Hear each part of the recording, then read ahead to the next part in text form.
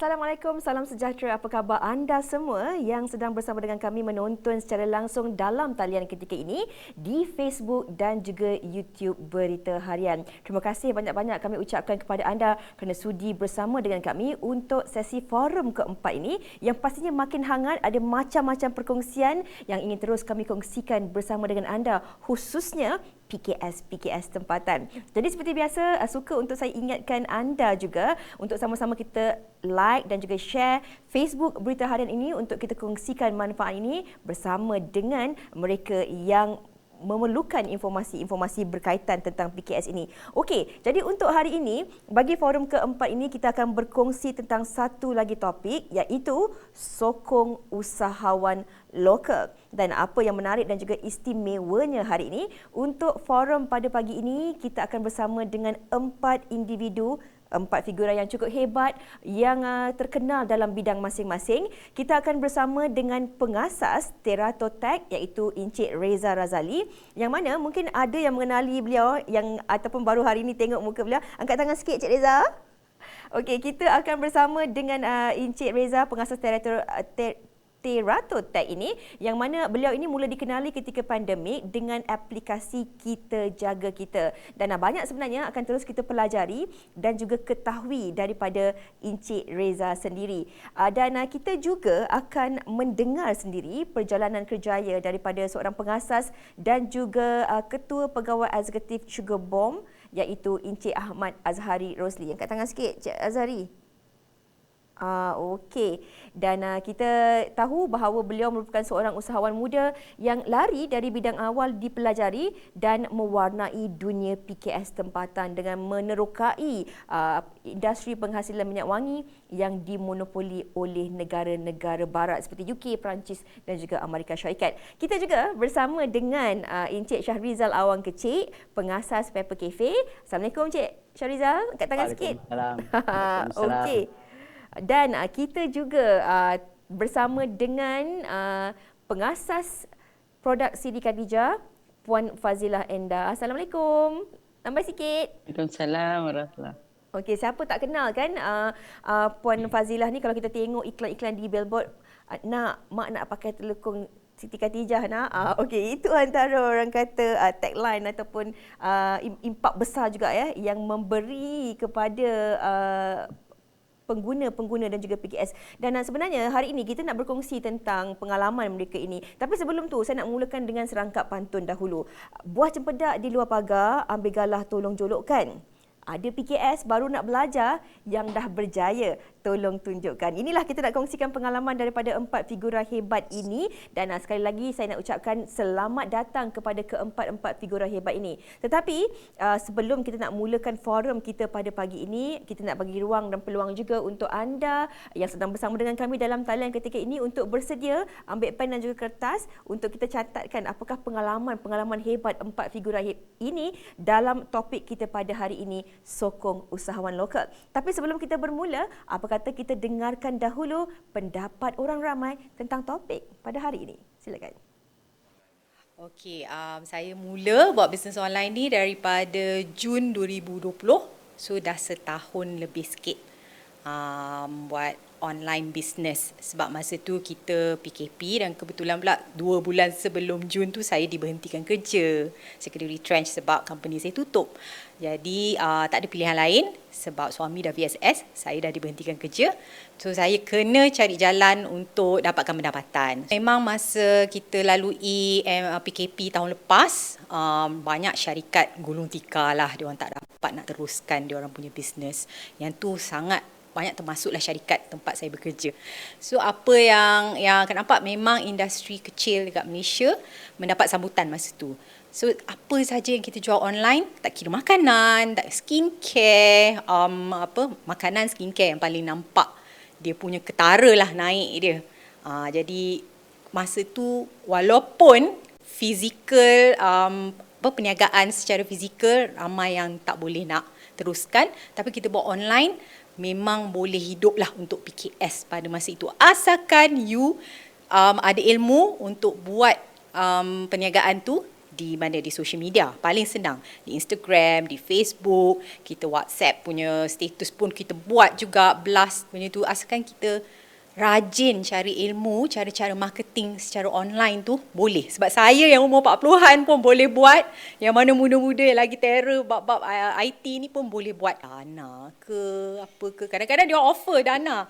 Oh, ada dana ni untuk bantuan peniaga kecil. Tapi nak kena ada modal yang RM10,000, RM20,000. Mana ada, tak semua orang mampu.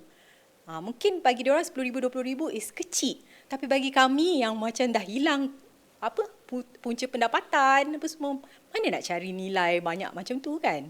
So mungkin pada masa hadapan kerajaan boleh tolong tengok juga pada peniaga kecil yang mikro ni. Dia kecil satu, yang mikro, peniaga mikro macam saya, macam suami saya yang modal tak besar. Kita betul-betul start time awal-awal kerajaan umumkan PKP time tahun lepas lah. So basically sebelum tu saya dan family macam-macam bisnes lah kita try. Ada bisnes printing yang hampir dah tak ada lah hari ni kan. So dah berpuluh tahun hidup tapi disebabkan ekonomi lagi-lagi PKP, bisnes tu terpaksa down dan kita terpaksa cari alternatif lain untuk tambah pendapatan lah. So that's why lah muncul idea daripada parents saya.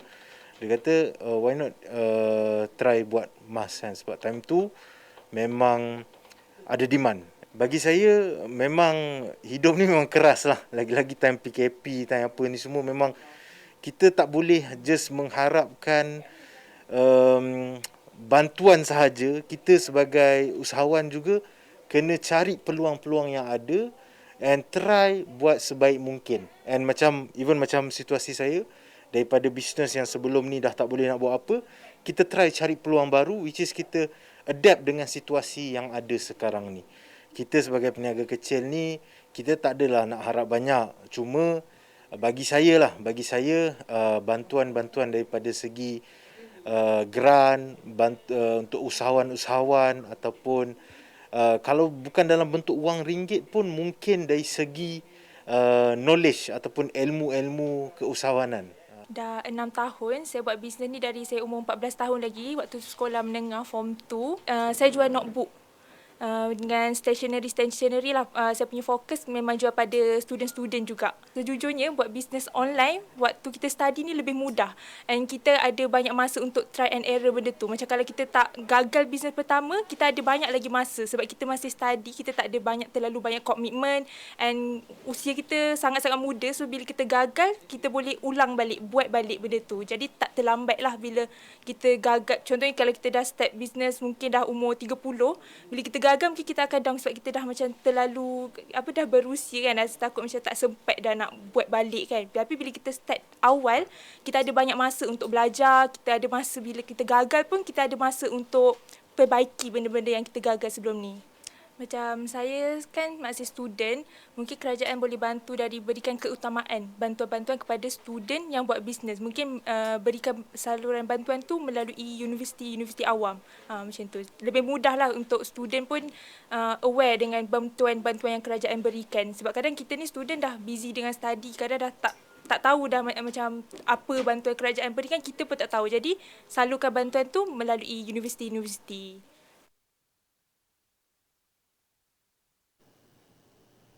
Itu dia tadi pendapat orang ramai berkaitan topik yang kita bawakan pada hari ini. Ada yang berkatakan bahawa banyak cabaran yang terpaksa mereka tempuhi dan lalui dalam tempoh pandemik selama 2 tahun ini. Apa yang mereka harapkan selain daripada bantuan berupa kewangan, sokongan moral juga diperlukan untuk terus bangun, bertatih dan kembali seperti sedia kala. Dan ada juga yang mengatakan bahawa turun naik dalam perniagaan ini adalah perkara biasa. Dalam sektor ekonomi juga naik dan juga jatuhnya nilai ekonomi itu adalah satu proses. Dan ini kita nak kongsikan bersama dengan panelis kita pada hari ini menerusi topik sokong usahawan lokal. Kita nak mulakan dengan Encik Reza Razari dahulu. Untuk makluman penonton-penonton yang bersama dengan kita, kalau kita tahu sebenarnya aplikasi Kita Jaga Kita ini mula tular ataupun popular dalam tempoh pandemik, yang mana sebenarnya Terato Tech ini juga turut membangunkan aplikasi mudah alih dan juga turut sama membentuk laman web, dan antara klien-klien ataupun mereka yang pernah mendapatkan khidmat daripada Teratotek ini ialah seperti Domino's Pizza, Syabas, CIMB Clicks dan juga ramai lagi. Jadi kita nak tanya kepada Encik Reza, dalam tempoh pandemik ini, dalam ramai yang cuba untuk mencari survival dalam perniagaan mereka, tetapi berbeza dengan Encik Reza bagaimana bermula satu idea dan juga inspirasi baharu. Bagaimana tercetusnya idea #kita jaga kita aplikasi ini. Silakan. Okay, terima kasih for the introduction, very kind introduction. Mengenai cerita kita jaga ni, kita bermula pada early Julai, pada awal Julai 2021 ni. Pada mulanya kita dengar banyak kempen bendera putih telah dijalankan. Tetapi ahli pasukan saya merasakan kalau orang nak letak bendera putih tu secara fizikal memang susah, memang mencabarlah. Because you kena perlukan kekuatan yang sangat tinggi lah untuk melakukan tu. So my team member Achan, dia come up with the idea. Dia decide apa kata kita buat sesi hackathon. Sesi hackathon ni adalah sesi di mana ahli pasukan berkumpul untuk 3-4 hari dan bangunkan sesuatu aplikasi dalam tempoh yang singkat. Kita nak tengok dalam tempoh 3 atau 4 hari apa yang kita boleh bangunkan. So bila klik saya Achan, dia reach out dekat kawan dia Bashirun, Hisham, Edo dan ketua saya Zara. Mereka decide untuk okay, weekend ni kita take the time, hari Jumaat kita buat dan hari Isnin siap tak aplikasi kita jaga ni. So Alhamdulillah within 4 hari itu mereka bangunkan aplikasi tu, dan dalam masa 4 hari itu hari Isnin kita lancarkan, dan pada hari Isnin tersebut kita dapat lebih kurang 20,000 pengguna melayari website, dan esok tu pada hari Selasa kita dapat lebih kurang 200,000 dan seterusnya mencecah sampai 500,000 pelawat seharilah ke dalam website. Dan pada tempoh tersebut juga pada bulan Julai kita telah berjaya menaikkan lebih kurang 90,000 bendera putih yang memerlukan bantuan, dan lebih kurang 48% daripada bendera putih ni telah dibantu oleh mereka yang di sekeliling mereka lah. So Alhamdulillah projek pandemik kami ni kami berpuas hati sebab itulah projek yang kami bangunkan di tempoh yang singkat tetapi boleh membantu ramai orang. So unbelievable experience lah, memang life changing experience untuk tim kami di Teratur dan Kita Jaga. Ya, saya pernah membaca sesuatu. Katanya untuk kita berjaya adalah bukan saja kita berjaya untuk diri kita sendiri, tetapi bagaimana juga kita dapat membantu insan lain untuk berjaya dan keluar daripada kepompong kesulitan mereka. Saya kira tahniah, tak terlambat lagi untuk kami di sini ucapkan tahniah kepada Encik Reza dan juga tim kerana berjaya merealisasikan sesuatu yang hebat hanya dalam tempoh masa 4 hari.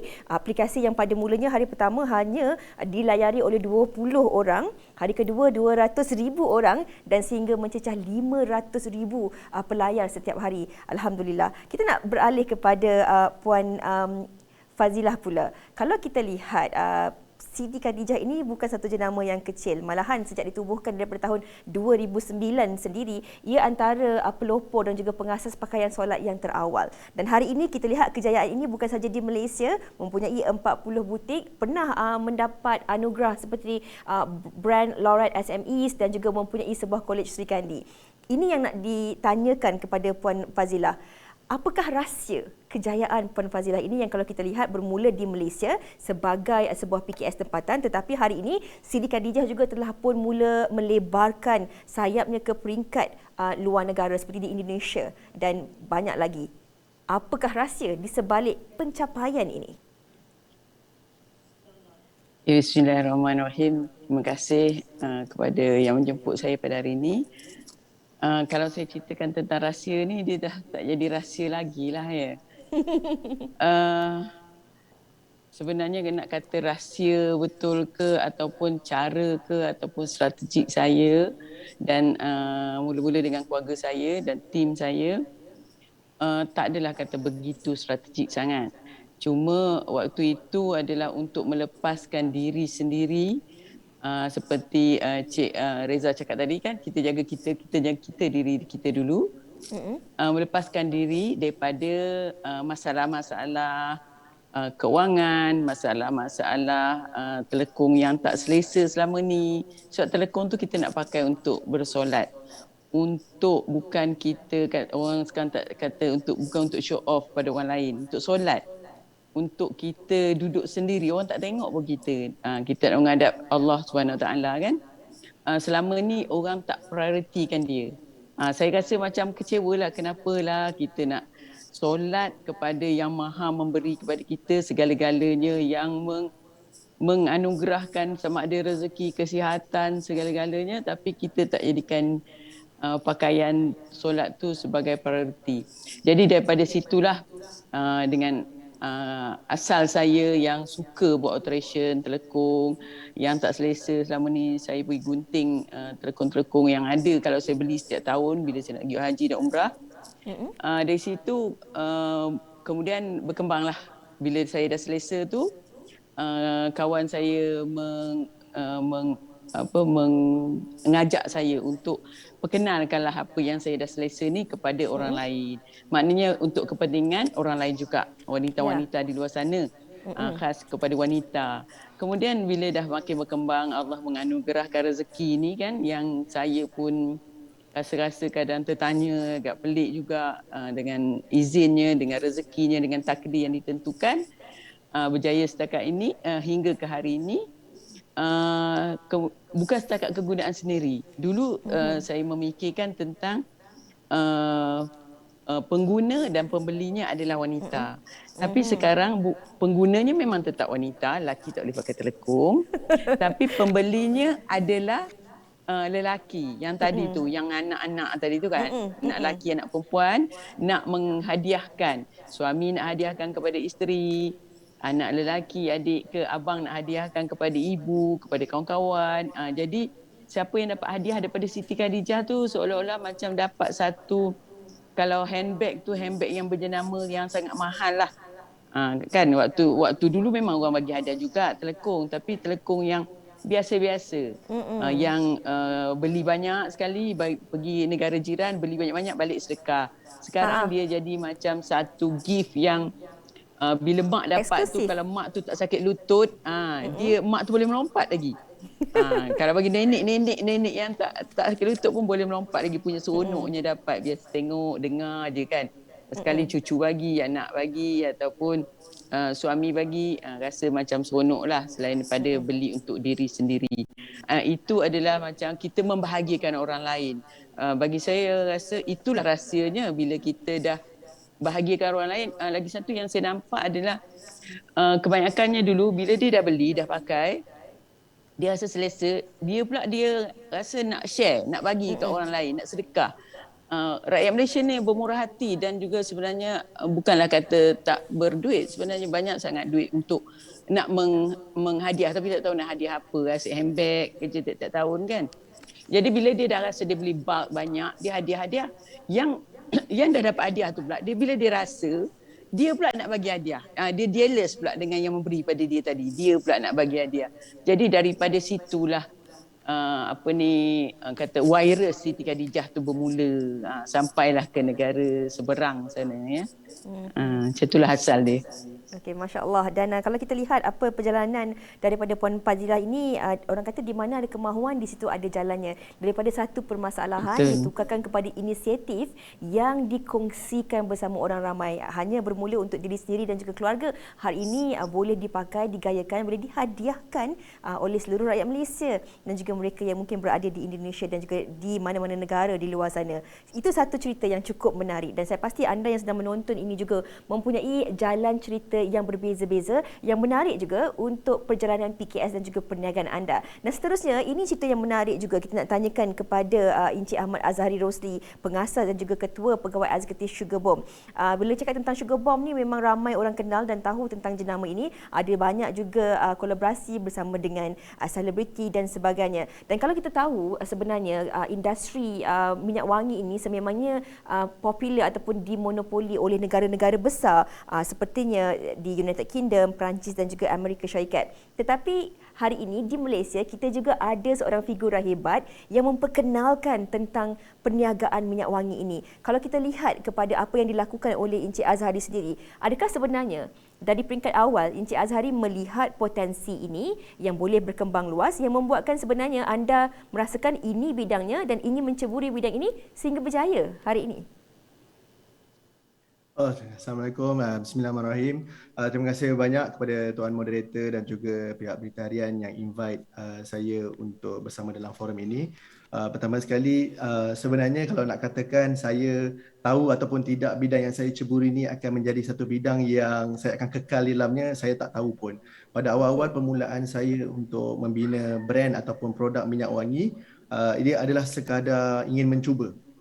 Sekadar ingin mencuba di mana saya memang minat tentang perniagaan daripada ayah saya, mak saya yang memang membina perniagaan. Jadi saya dilahirkan dalam satu keluarga yang memang berniaga dan habis saja universiti saya terus mencari satu peluang perniagaan yang belum diceburi oleh orang lain dan pada waktu tersebut minyak wangi adalah salah satu option yang saya ada.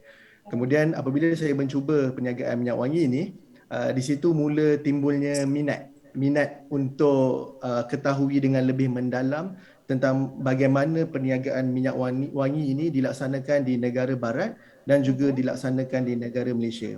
Apabila saya dah mula membina tim, mula membina tempat untuk berniaga, mula memperkembangkan bisnes, maka wujudlah satu bisnes yang lebih serius.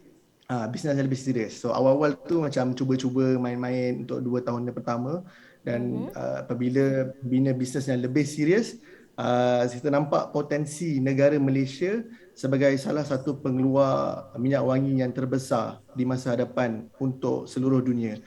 So sekarang ni seperti kita lihat negara barat banyak mengcover ataupun banyak mengeluarkan minyak wangi, tapi pada 2-3 tahun yang lepas negara Malaysia ada muncullah beberapa brand yang besar-besar juga dalam industri minyak wangi dan alhamdulillah kerana marketing, pembinaan tim dan juga penghasilan minyak wangi yang berkualiti yang dihasilkan oleh tim kami, minat saya jatuh lebih mendalam dan bila dah langgar tembok perniagaan tu, dia dah jadi macam there's no turning back. Tak ada nak pusing ke belakang dan terus maju bersama dengan Sugar Bomb dalam membina bisnes minyak wangi. Kepuasan yang kita dapat daripada melihat pengguna dan juga penjual Sugar Bomb adalah pemangkin untuk saya terus berbisnes di dalam industri perfumery inilah. Oh wow, setiap orang punya impian. Saya kira impian itu yang boleh juga diterjemahkan dan juga direalisasikan menjadi satu kenyataan. Tak ada apa perkara yang tak boleh dilaksanakan kalau kita bersungguh dan berusaha. Apatah lagi disokong dengan satu tim yang cukup kuat untuk memantapkan jenama itu sendiri. Okey, kita nak tanya pula kepada Encik Shahrizal, pengasas Pepper Cafe ini. Kita dah dengarkan pengalaman daripada Encik Reza, Puan Fazilah dan juga Encik Ahmad Azhari. Tetapi kita nak bertanya kepada Encik Shahrizal, kalau kita lihat daripada Mac 2020 kita bermula dengan fasa lockdown pada 18 Mac 2020, kemudian sampailah ke tahun ini, tahun 2021, dan yang sememangnya memberi kesan dan juga impak yang besar terhadap peniaga-peniaga khususnya. Sememangnya tahun yang amat mencabar, banyak dugaan yang terpaksa dilalui. Tapi bagi Encik Shahrizal sendiri, apakah sebenarnya cabaran-cabaran yang ditempuhi, yang dilalui dan didepani dalam tempoh 2020 dan juga tahun 2021 ini? Silakan Cik Rizal. Okey, baik. Bismillahirrahmanirrahim. Assalamualaikum. Terima kasih kerana juga menjemput Pepper Cafe sebagai panel hari ini. Bagi saya dalam tahun 2020 dan 2021 ni sememangnya tahun yang mencabar pada semua PKS. Termasuklah saya sendiri sebagai pengusaha F&B. Antara cabaran yang paling saya kena hadapi adalah SOP yang ditetapkan oleh kerajaan kita mengikut pandemik COVID inilah. Jadi dalam cabaran yang paling besar ialah hasil jualan kita semakin merunduk. Okey. Hello? Ya, silakan. Okay. Cik Reza, teruskan. Antara cabaran-cabaran yang saya hadapi ialah semasa zaman era PKP kita ni antara 2020 dan 2021 ni ialah penurunan jualan saya ni di kedai secara walk-in dan dine-in semakin menurun. Akibatnya akibat daripada jarak pergerakan kita telah ditetapkan 10 km radius. Dan kesukaran yang kedua ialah saya perlu kesukaran saya dalam mendapatkan bekalan bahan mentah. Disebabkan masa SOP setiap industri itu berubah, jadi bekalan bahan mentah yang sepatutnya kita dapat di masa yang sepatutnya telah berubah dan harus diuruskan mengikut kesesuaian yang ada masa SOP itu berlaku. Okey. Tapi itu cabarannya. Tapi hari ini kalau kita lihat Pepper Cafe ini masih lagi kekal, masih lagi ada. Jadi bagaimana Cik Rizal melihat itu satu cabaran dan menjadikannya itu satu pembangkit semangat mungkin untuk terus kekal pada hari ini? Kat sini bagi saya dalam kesusahan ni biasanya mesti ada kesenangan kat mana-mana kan. Jadi bagi saya, pemikiran saya akan mencari kesenangan tu berada di mana. Contohnya dalam masa PKP ini saya banyak mencari ataupun platform yang boleh menaikkan hasil jualan saya. Jadi saya banyak mencuba membuat hasil jualan saya menyertai e-dagang yang ada, seperti e-dagang yang ada itu Shopee, GrabFood dengan Foodpanda. Jadi saya nampak kat situ melalui online sahaja kita boleh mencapai customer yang lebih jauh radiusnya untuk meningkatkan hasil jualan. Bagi saya kesenangan tu berada pada tempat yang untuk yang secara online itu. Okey, saya suka apa yang Cik Rizal katakan juga, di sebalik kesusahan pasti akan adanya kesenangan. Pasti ada, dan ada kesenangan. Betul, dan dalam tempoh pandemik ataupun cabaran sepanjang tahun 2020 dan juga 2021 ini secara tak langsung juga membuka mata dan juga minda kita untuk mencuba dan juga mencabar diri kita untuk mencuba sesuatu yang lebih baharu. Okey, kita nak kongsikan banyak lagi bersama dengan panelis-panelis kita yang berada bersama dengan kita di dalam talian secara maya. Saya juga nak war-warkan kepada anda semua penonton-penonton yang bersama dengan kami di live Facebook Berita Harian dan juga YouTube Berita Harian. Kalau anda ada barang komen, pertanyaan yang ingin ditanyakan ataupun dipanjangkan kepada panelis kami, jangan segan-segan boleh tuliskan komen anda. InsyaAllah jika berkesempatan nanti akan terus kami panjangkan soalan-soalan anda ini kepada panelis pada hari ini. Inilah ruang dan peluangnya untuk anda. Okey, kita nak tanya seterusnya kepada Encik Reza. Kalau kita lihat antara aplikasi yang dibangunkan oleh Terato Tech ini, contohnya CIMB Click, Syabas dengan sistem pembayaran bilnya. Tetapi kalau kita lihat bagaimana dengan adanya aplikasi yang dibangunkan ini juga dalam masa yang sama dapat membantu dan juga boleh diadaptasi oleh PKS tempatan ini. Encik Reza, silakan. Okey. Untuk kami dah di dalam industri ini lebih kurang 13 tahun dan dah banyak dah aplikasi yang kami bina untuk syarikat tempatan dan antarabangsa. So, kita identify 3 main thing yang diperlukan untuk membina aplikasi yang baik. Ialah first of all sebenarnya kena ada pasukan dahulu. Tak kisahlah kalau kita nak outsource pada orang buat ke atau apa ke. First of all kena ada internal team yang boleh overlook the project, itu penting. Kedua, sesebuah syarikat tidak boleh expect immediate return daripada investment ke dalam teknologi ini. Ini ialah investment jangka panjang. Dan ketiga, pentingnya proses kaizen ataupun penambahbaikan berterusan. Itu sangat penting. Kita tak boleh expect kita launch sekali je dan tak menjadi, kita terus give up. Kita perlu sentiasa iterate. From the failure kita iterate dan insyaAllah we closer to the success lah. So apa yang boleh kita lihat SME tempatan boleh adaptasi ialah kita kena tengok apa yang kita nak digitalkan. Bagi saya yang penting pada mulanya ialah digitalisasikan operasi, otomasi proses yang boleh diotomasikan dahulu seperti sistem account, HR, payroll dan sebagainya. Dan bila dah ready, barulah kita boleh embark on consumer facing initiative melalui apps, website, e-commerce dan sebagainya. Itu dia dua benda yang perlu dilihat front facing initiative dan aplikasi untuk operasi dalaman syarikat untuk didigitalisasikan. Okey. Apa yang paling penting sekali itu antara dua perkara asas ataupun penting yang dikongsikan oleh Cik Reza ni lah. Sebelum kita nak pergi jauh ke depan, kita perlu juga mendigitalisasikan operasi kita itu. Dan ini juga mungkin ramai juga dalam kalangan PKS kita dah mula-mula mencuba, mula buka mata dan mula nak tahu tentang proses digitalisasi operasi ini. Okey, tadi kita dah dengarkan bagaimana sebenarnya Encik Rizal juga dah mula-mula berjinak menjual barangan secara dalam talian. Kalau sebelum tempoh pandemik mungkin fokus pada restoran ya, Encik Rizal, tapi tadi dah kongsikan mungkin dah start jual di dalam Shopee, Foodpanda dan sebagainya. Itu juga satu proses digitalisasi itu. Dan kita nak tanya kepada Puan Fazilah sendiri, kalau kita lihat sememangnya pandemik COVID-19 ini bukan sahaja memberi impak pada kita di negara ini, tapi kepada masyarakat di seluruh dunia. Bermakna setiap daripada kita memang akan mendapat sedikit daripada kesannya. Tetapi untuk Puan Fazilah sendiri, dalam melihat ada 40 kedai ataupun butik Siti Khatijah ini, pasti juga mempunyai pekerja yang banyak, tanggungjawab yang besar dan sebagainya. Bagaimana sebenarnya Puan sendiri mendepani cabaran ini dalam tempoh pandemik? Silakan Puan. Okay, terima kasih. Masa mula-mula pandemik tu, rasa nak gugur jantung pun adalah. Bayangkan kita ada 40 butik, lebih pada 40,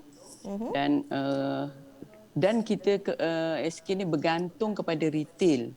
Sebenarnya 90% kita punya sales adalah daripada retail offline, iaitu butik-butik yang kita buka dengan modal yang besar, dengan staff yang banyak. Sekali bila pandemik melanda, kita kena tutup. Bila kata tutup tu memang kata sangat menghantui saya, yang sangat menekanlah ketika itu. Jadi mana nak cari 90% daripada sale ni, sebab kita offline, online kita hanya 10%. Alhamdulillah lah, dalam kalut-kalut, dalam kelang kabut, dalam keterpaksaan, dalam tekanan tu, tim kami mula bangkit, termasuklah saya sendiri yang mula-mula sekali mengorbankan gaji saya lah. Itu yang kita nak catu awal-awal. Staff tak, saya dulu. Kemudian kita memikirkan bagaimana nak membesarkan jualan secara online. Waktu itulah, waktu kita biasanya kalau manusia ni, bila kita dalam zon selesa, kita akan terus selesa. Tapi bila kita dah tak selesa, kita akan rasa tekanan di kiri kanan. Masa itulah kita mula berfikir, kita mula sama ada kita bangkit ataupun kita jatuh. Daripada kita jatuh, baik kita bangkit kan, kita ada pilihan. Sebab kita masih ada lagi 10% tu, maknanya tak boleh kita jatuh terus. Daripada situlah semua staff-staff yang bekerja di offline, di butik-butik ni, kita arahkan ke online, marketplace dan juga website kita. Dan mula waktu itulah adanya datang, yalah kita dah tak mampu kan, terpaksa cutikan staff, yang retrench pun ada. Tapi dalam pada itu kita tak retrench saja-saja, kita wujudkan dropship.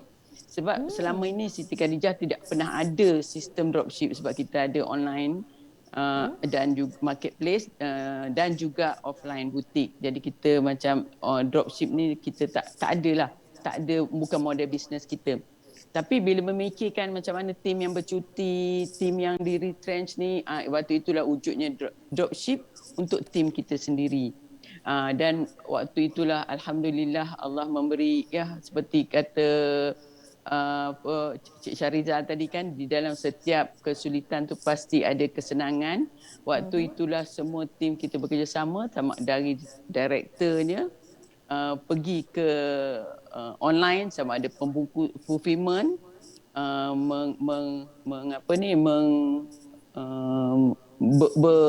bekerja luar biasa untuk menaikkan sale online kita, sehingga laluan website kita crash kerana terlalu banyak permintaan waktu itu. Alhamdulillah kita terpaksa mengalihkan kita punya laluan ke Shopee waktu itu, ya. Saya sebut je nama, ya, ke marketplace, sebab website kita dah tak mampu dah untuk tampung laluan trafik yang sangat padat ketika itu. Sebab orang dah tak boleh beli kat butik, dia beli juga di online. Kemudian datang pula tekanan lagi, iaitu kita punya production pun tutup. Sebab Siti Khatijah punya production sendiri. Kalau kata yang di Vietnam, di Indonesia tu semuanya tipu belaka. Kita ada kilang kita sendiri di Bangi. Pekerjanya adalah ibu-ibu tunggal, asnaf dan semua warga tempatan. Jadi kilang kita terpaksa ditutup, sama macam juga butik. Tapi macam mana ni nak selesai sebab online kita meningkat, mencanak naik, alhamdulillah. Macam mana nak permintaan tak cukup, stok tak ada sebab masa tu dah nak raya kalau tak silap saya. Jadi kita terpaksalah angkat mesin jahit yang ada dekat kilang ni hantar ke rumah-rumah. Maknanya mereka beroperasi di rumah, menjahit di rumah dan segala-gala packing pun terpaksa buat di rumah demi menjaga SOP dan juga perintah dan kekangan daripada kerajaan ya.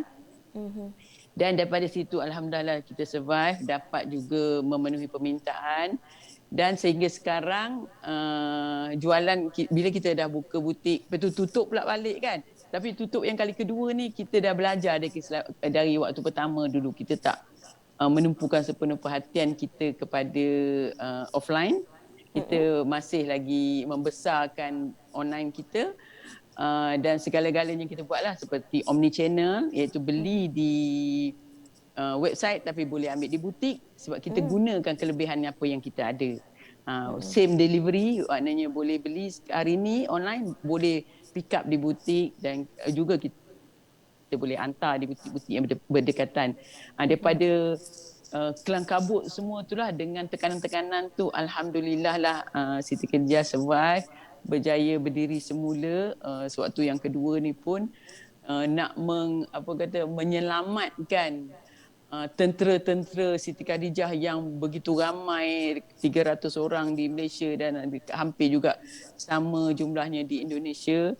Alhamdulillah lah kami masih survive demi mereka, semua sanggup berkorban demi syarikat supaya masih bertahan lagi. Itulah yang kami bekerjasama, tim yang sangat bersyukur saya, mereka kuat menghadapi segala, bukan setakat saya tapi tim-tim yang sangat hebatlah bagi saya membantu menyelamatkan kapal besar kami ini.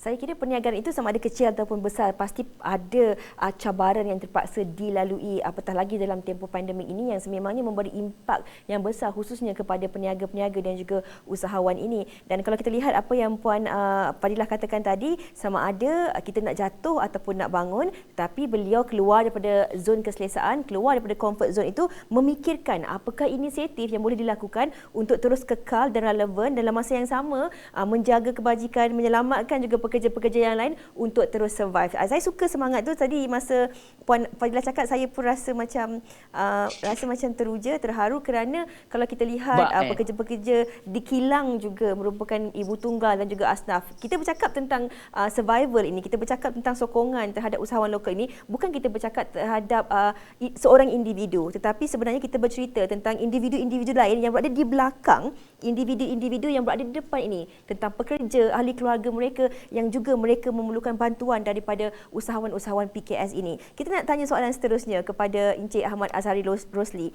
Kalau kita lihat Encik Azhari, bagaimana tadi Puan Fadilah dah kongsikan bahawa kita kadang-kadang dah berada dalam zon keselesaan, kita terlupa. Tetapi apabila kita dihimpit sesuatu, membuatkan kita perlu memikirkan apakah langkah terbaik untuk kita keluar daripada zon selesa itu, mencuba sesuatu yang baru. Malahan kita perlu membuat banyak backup plan supaya kalau satu tak jadi, kita ada plan kedua dan kemudian plan ketiga. Ada juga kaitannya dengan apa yang dikongsikan oleh Encik Reza tadi, bagaimana juga dengan proses digitalisasi itu membantu usahawan-usahawan dalam tempoh pandemik ini. Tetapi dalam perniagaan yang dilakukan oleh Encik Azhari sendiri, bagaimana Encik Azhari melihat bahawa setiap daripada kita ini, setiap daripada usahawan-usahawan PKS ini perlu ada sikap untuk berdaya saing supaya kita tak duduk dalam zon keselesaan, supaya kita tak ketinggalan dan terus berada di takut yang sama. Silakan Encik Azhari. Alright, terima kasih. Betul, untuk kita terus maju ke depan, kita tak boleh berada di dalam zon yang selesa. So apa yang kami lakukan pada waktu pandemik bagi saya adalah ibarat apa yang sepatutnya lebih kurang majoriti usahawan perlu lakukan, iaitu mendigitalisasikan bisnes ataupun onlinekan bisnes. Seperti macam saya rasa Puan Fadilah tadi, 40 outlet tak boleh dibuka, itu merupakan cabaran yang besar. Sama juga buat kami di mana kita mempunyai lebih 30 ataupun lebih usahawan-usahawan yang bersama dengan kami yang menjual offline ataupun menjual di kedai untuk produk-produk ini, dan yang cabarannya adalah minyak wangi tak boleh dilihat, minyak wangi perlu dibau. So apa yang kami cuba lakukan adalah dengan mengeluarkan video-video, mendigitalisasikanlah bisnes, mengonlinekan bisnes kami, mengeluarkan video-video yang menerangkan tentang wangian, kemudian kami berikan kepada penjual-penjual kami, kemudian kami promotkan di dalam Facebook, Instagram, Twitter, semua social media, yang akhirnya perbelanjaan kami yang dahulunya kita spend dekat offline, kita alihkan kepada online. Dan ini yang perlu dilakukan oleh usahawan-usahawan kecil ataupun PKS, iaitu dengan melaksanakan online advertisement atau online punya business, kos operasi akan menurun dengan lebih tinggi, lebih banyak lah, yang membuatkan bisnes kami terus boleh berdaya saing di dalam industri ini. So apabila kami onlinekan bisnes, kami minta atau membawa juga kita punya resellers atau penjual-penjual kami, dropship, agent, stockist untuk terus mengonlinekan bisnes mereka. Alhamdulillah 6 bulan kita dalam PKP, mereka pun survive bersama, mereka pun seronok berniaga secara online dan rasa tak nak kembali ke kedai pula. Tapi selepas bukanya PKP, kedai ini menjadi tempat persinggahan orang pula. Makin hari makin ramai orang yang datang ke kedai. So menjadi kerisauan juga. Cuma nak katanya kadang-kadang bila kita tak buat sesuatu yang kita tak tahu benda tu sebenarnya baik buat kita. So turunnya pandemik memberi satu idea yang baru, memberi satu peluang yang baru kepada peniaga-peniaga, tak kisahlah peniaga kecil di Ceruk Sarawak ataupun di dalam pedalaman Sarawak, di dalam Sabah, di kampung-kampung di luar bandar. Mereka terpaksa mendigitalisasikan, sama ada menjual macam Foodpanda, Pandamart, Shopee dan semua online platform, sehinggalah mereka mampu untuk cover cost overhead, dan akhir sekali mereka tak perlu bayar sewa kedai, hanya boleh berniaga di rumah sahaja dan boleh menjana pendapatan bersama dengan produk kami. So sangat-sangat interesting. Akhirnya semua berjaya keluar. Itu yang paling best. Sebab bagi saya, bila kita berniaga kalau seorang-seorang, it gets lonely. Lama-lama dia akan sedih macam seorang-seorang, dia hadapi masalah tu. Apabila dia dalam pasukan, bersama dengan penjual kami, bersama dengan tim kami, idea-idea baru mula muncul. Daripada saya yang tak pandai guna buat video, jadi saya terpaksa tahu buat video. Macam mana nak tahu buat video? Banyak je online course ataupun sifu-sifu online yang boleh ajar macam mana nak mendigitalisasikan bisnes. Kita nak ambil peluang atau tak nak ambil peluang sahaja sebenarnya. Kalau kita Google saja cara nak bina bisnes online, 5 page, 6 page ceritakan tentang macam mana nak membina bisnes online. So itu apa yang kami buat dengan trainer kami, trainer-trainer di dalam pasukan kami, membantu usahawan-usahawan di luar untuk terus berniaga secara online di waktu sukar ini. So kita tak tahu lepas ni tiba-tiba ada PKP lagi. Jadi bila dah bersedia, alhamdulillah, dalam apa-apa cabaran sekalipun, insya-Allah tim akan boleh berniaga atau boleh survive di kala susah ni.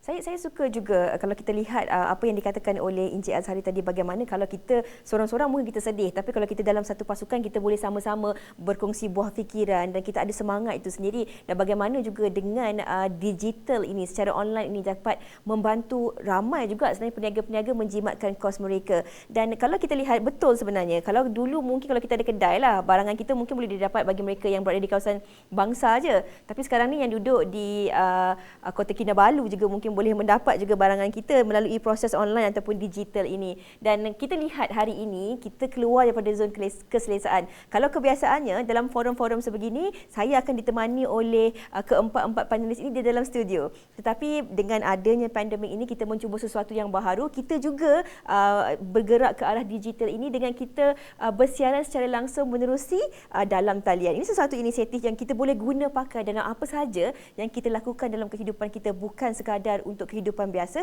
tetapi khususnya untuk usahawan-usahawan PKS bergerak lebih maju ke hadapan.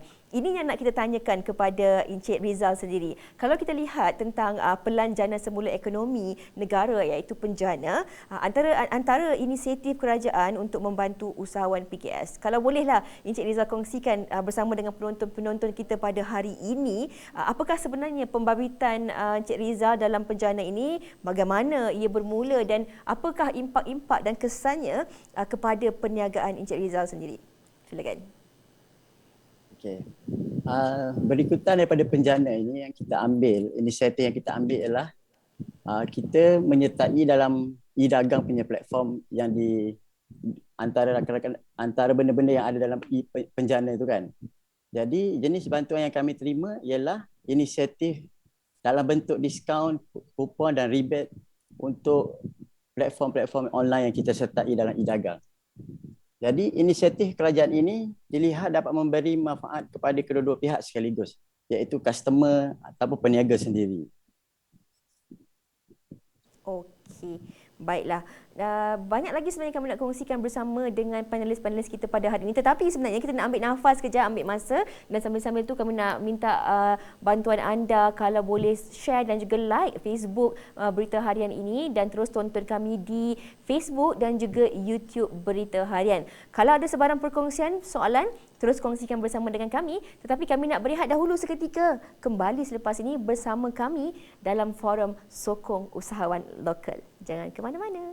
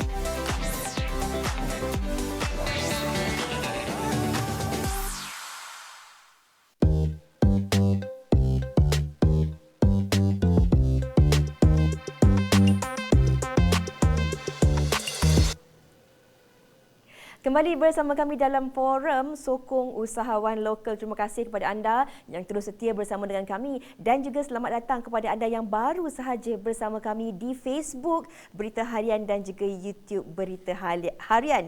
Tersasul-sasul. Jangan lupa untuk like dan share untuk kita kongsikan sama-sama perkongsian hari ini kepada rakan-rakan yang mungkin tak berkesempatan bersama dengan kita. Okey, saya nak kongsikan sesuatu kepada anda. Kalau tadi kita dah dengarkan macam-macam dan banyak cabaran dan juga tentang rahsia kejayaan.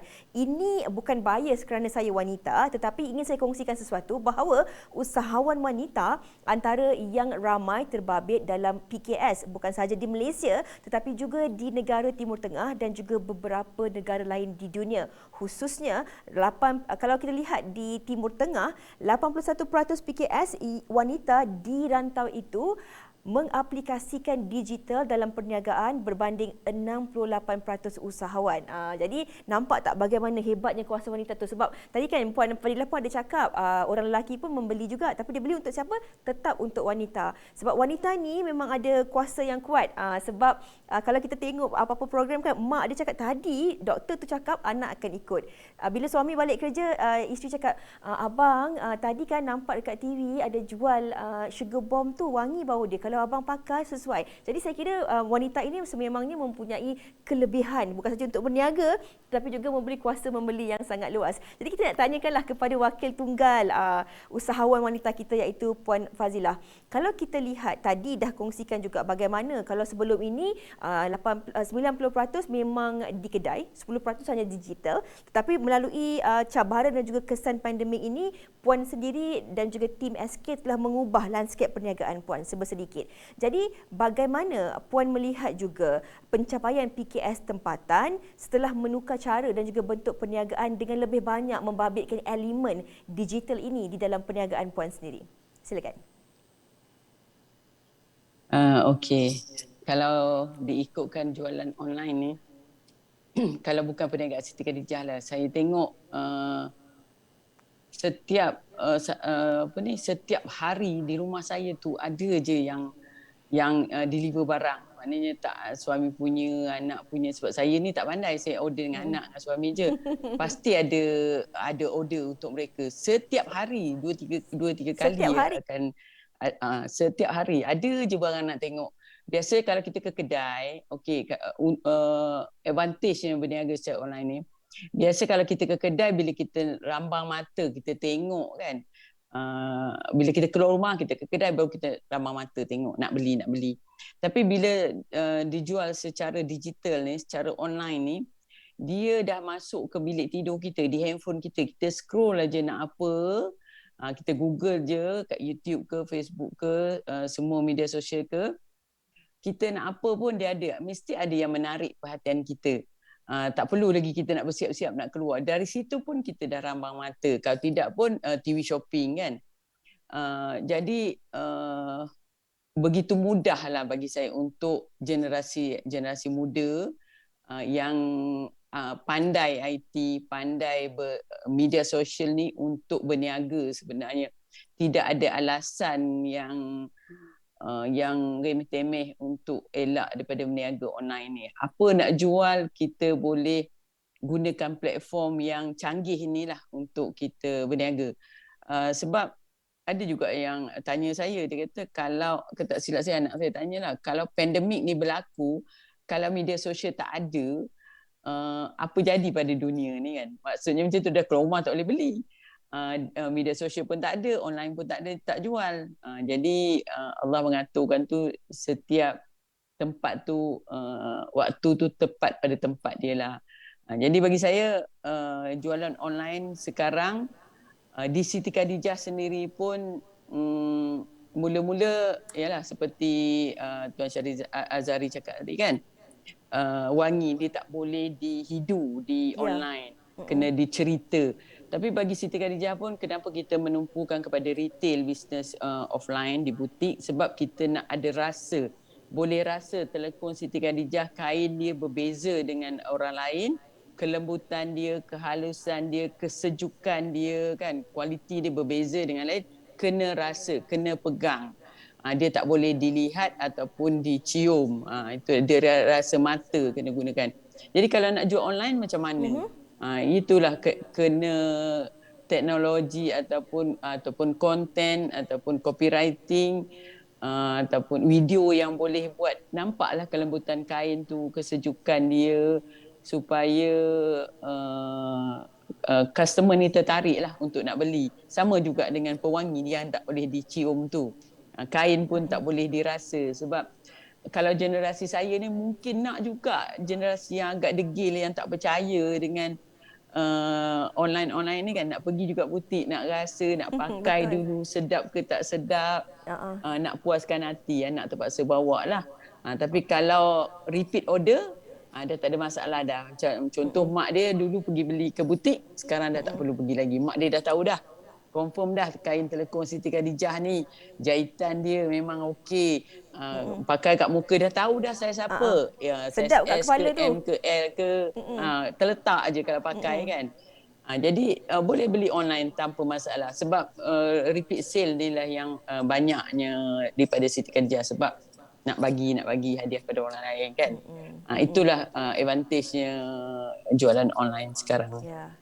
Banyak sebenarnya advantage jualan online ni, lagi-lagi kalau dapatlah pelanggan yang macam saya dan juga mungkin ramai juga dalam kalangan penonton-penonton ni yang tak ada, kadang-kadang dalam kereta ataupun sebelum tidur mesti nak tengok online, semua add to cart sebab teruja. Kalau pergi kedai kadang-kadang saya tengok, saya dah cuba, saya akan mungkin beli satu je, tapi disebabkan oleh saya tengok online kadang-kadang dengan lighting yang cantik, gambar yang menaikkan warna dan sebagainya, nak beli satu beli tiga semua warna. Saya kira itulah juga kelebihan online ni sebenarnya. Tahu-tahu bil kredit kad sampai. Okey. Jadi kita nak tanya soalan seterusnya juga kepada Encik Reza. Kalau kita lihat semua peniaga, khususnya lagi-lagi peniaga yang muda ni, mereka memang suka nak mencuba untuk mendapatkan, setiap kali nak mulakan perniagaan, kalau boleh mereka nak ada laman web sendiri, nak ada aplikasi sendiri. Tetapi antara kekangan mereka ini mungkin daripada soal bajet dan juga modal, kerana mereka beranggapan dan memang hakikatnya modal untuk mendapatkan apps ataupun laman web ini adalah tinggi.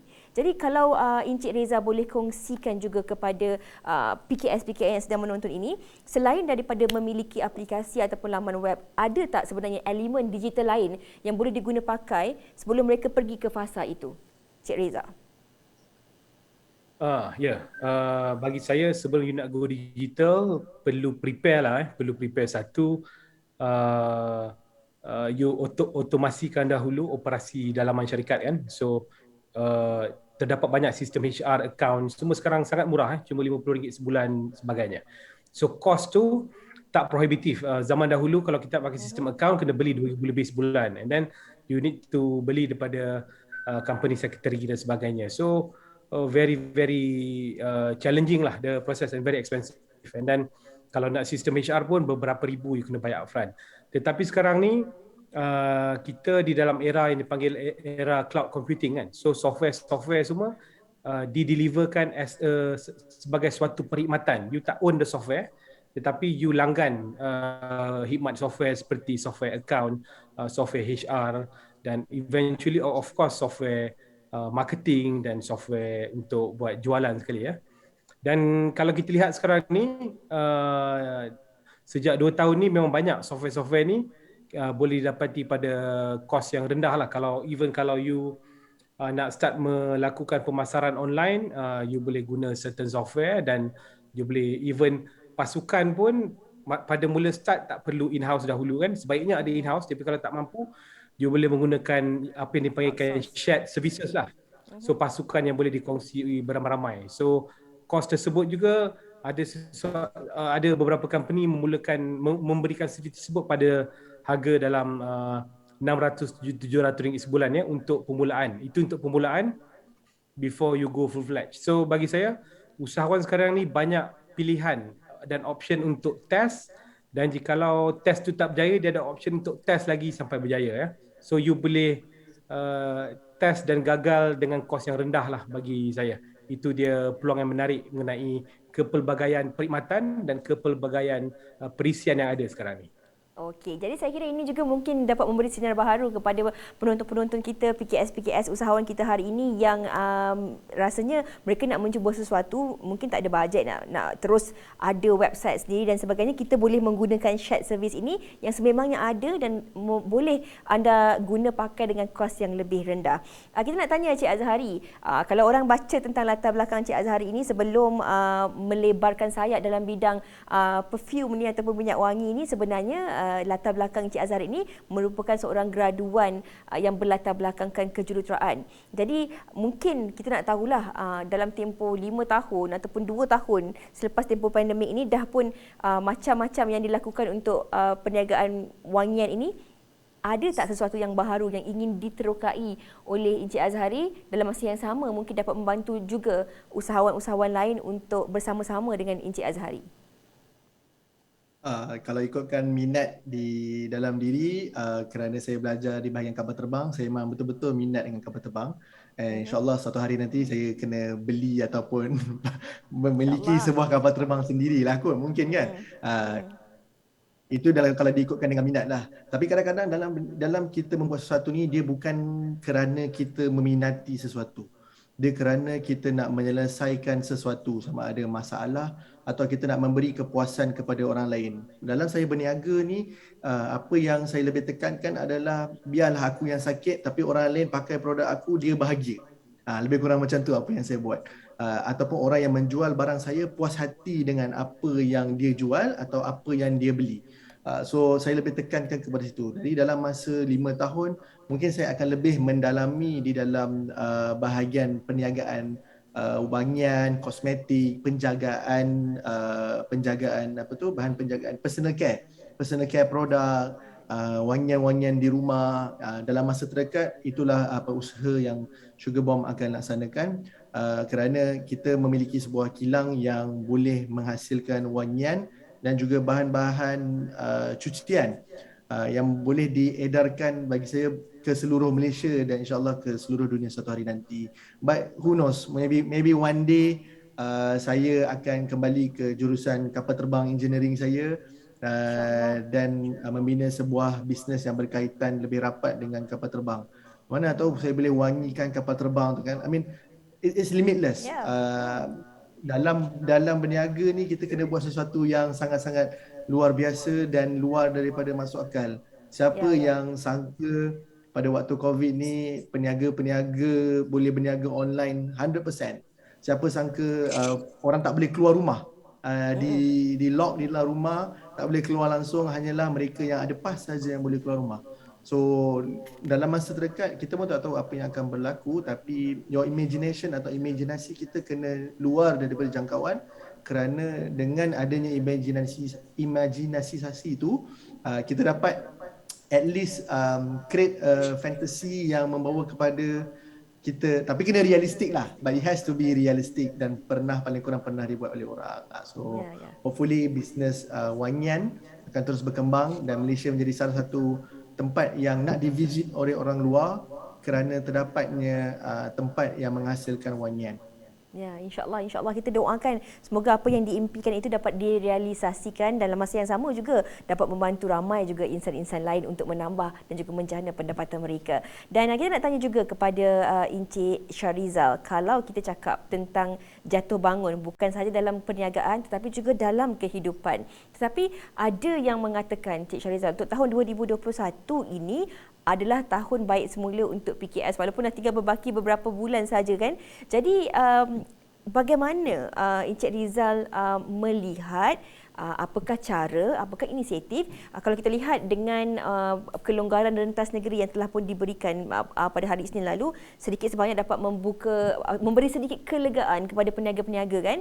Jadi bagaimana Encik Rizal melihat apakah yang perlu ada oleh setiap usahawan ini untuk terus kembali bangkit semula dalam perniagaan mereka?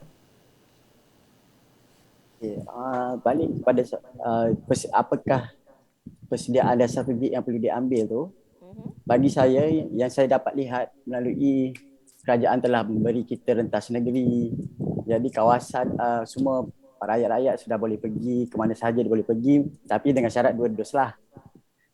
Okey, pada saya kita kena bangkit seperti sebelum pandemik ini. Jadi kita kena susun balik strategi yang mengikut keadaan semasa. Dalam hal ini kita perlu berubah terutamanya dalam adaptasi teknologi digital dalam operasi kedai kita ataupun operasi PKS yang ingin menceburkan diri dalam digitalisasi ini. Kerajaan juga bagi saya banyak membantu dalam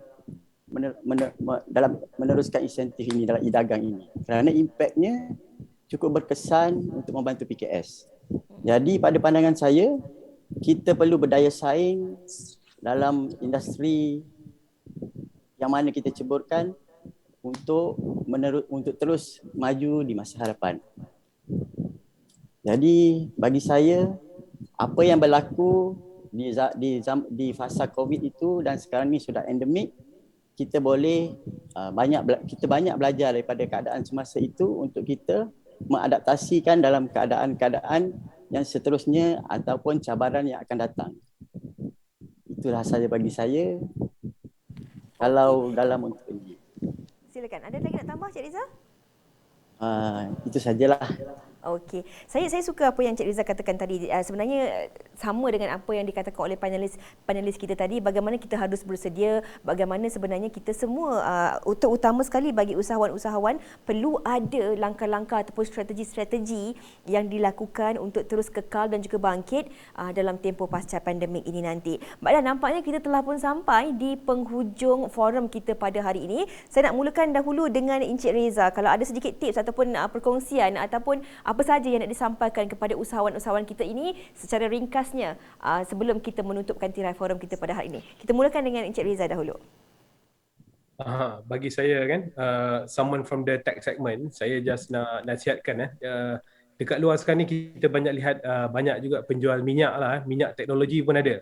So kalau nak mendigitalkan bisnes tu, kita perlu memilih service provider yang mungkin a good track record, a good team before you commit lah. Dan before you commit pada sesuatu yang cost tinggi, bagi saya pelajari dahulu dan use dulu software-software dan servis-servis yang murah untuk biasakan diri dengan teknologi. Tak perlu terus melompat dan buat investment yang besar. We start small dan daripada situ kita buat the continuous iteration lah, apa yang kita panggil Kaizen tu kan. So daripada situ the team and the founder itself boleh belajar lebih banyak dan mengelakkan risiko daripada ditipu dan sebagainya. So saya harap itulah pendigitalisasi ini perlu, tetapi ianya merupakan suatu investment jangka panjang untuk sesuatu perniagaan. Okey. Sedikit juga pesanan ataupun tips daripada Cik Rizal. Silakan Cik Rizal. Okey. Bagi saya dalam hal ini saya nasihatkan seiring dengan perkembangan ekonomi digital masa ni, PKS perlu lebih terbuka dan sedar mengenai kepentingannya terhadap kelangsungan perniagaan. Seperti yang saya selalu cakap tadi, kita perlu mengadaptasikan teknologi seperti platform digital untuk menambahkan hasil jualan kita, untuk meluaskan untuk meluaskan pasaran jualan kita, dan juga kita perlu bermula dari sekarang jika kita tidak nak ketinggalan daripada dalam ekonomi digital yang berkembang pesat ketika ini. Kerana dua-dua offline dan online ini sama-sama penting dalam perniagaan. Jika kita hanya mengadaptasikan offline sahaja, mungkin jualan kita hanya setakat 1 ke 3,000. Tapi kalau kita lebih mencapai kepada online sekali, jadi benda itu boleh double up kita punya hasil jualan. Jadi saya nasihatkan kepada PKS yang menceburkan diri dalam bidang perniagaan, bergeraklah seiring dengan perkembangan ekonomi. Seperti ekonomi digital sekarang ini. Jadi kita boleh menaikkan hasil jualan kita ke peringkat yang lebih baik. Okey. Support usahawan lokal bergerak seiring dengan ekonomi digital. Betul. Kita nak tanya sedikit juga pesanan daripada Puan Fazilah sendiri kepada penonton-penonton kita, usahawan-usahawan PKS kita yang sedang menonton kita ke ini. Silakan.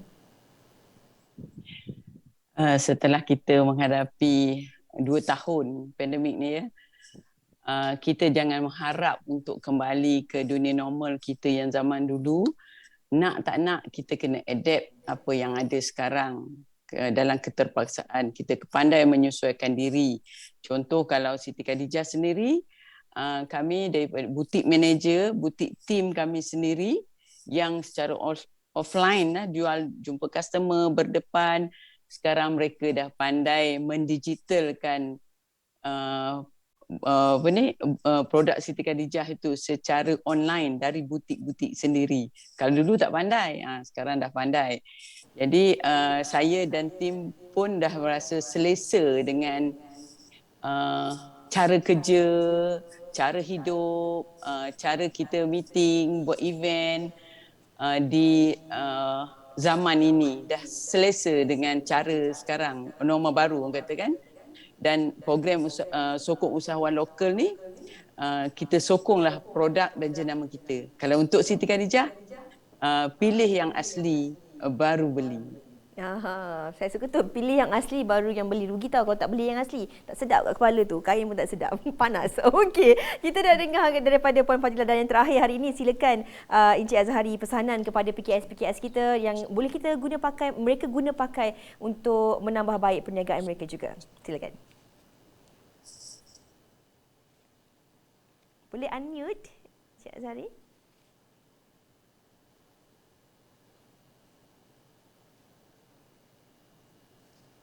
Cik Azhari boleh unmute? Okay. Sorry. Dah terbiasa ni, tak perasan lah. Okay. So, bagi saya untuk PKS, bagi saya jangan takut untuk bermula. Semua perniagaan-perniagaan yang besar ataupun yang gegasi lah, bermula dengan satu batu yang kecil, batu-batu yang kecil. Jadi, if you never start, you never know. Dan bila you nak bermula, gunakan dengan apa yang ada sahaja.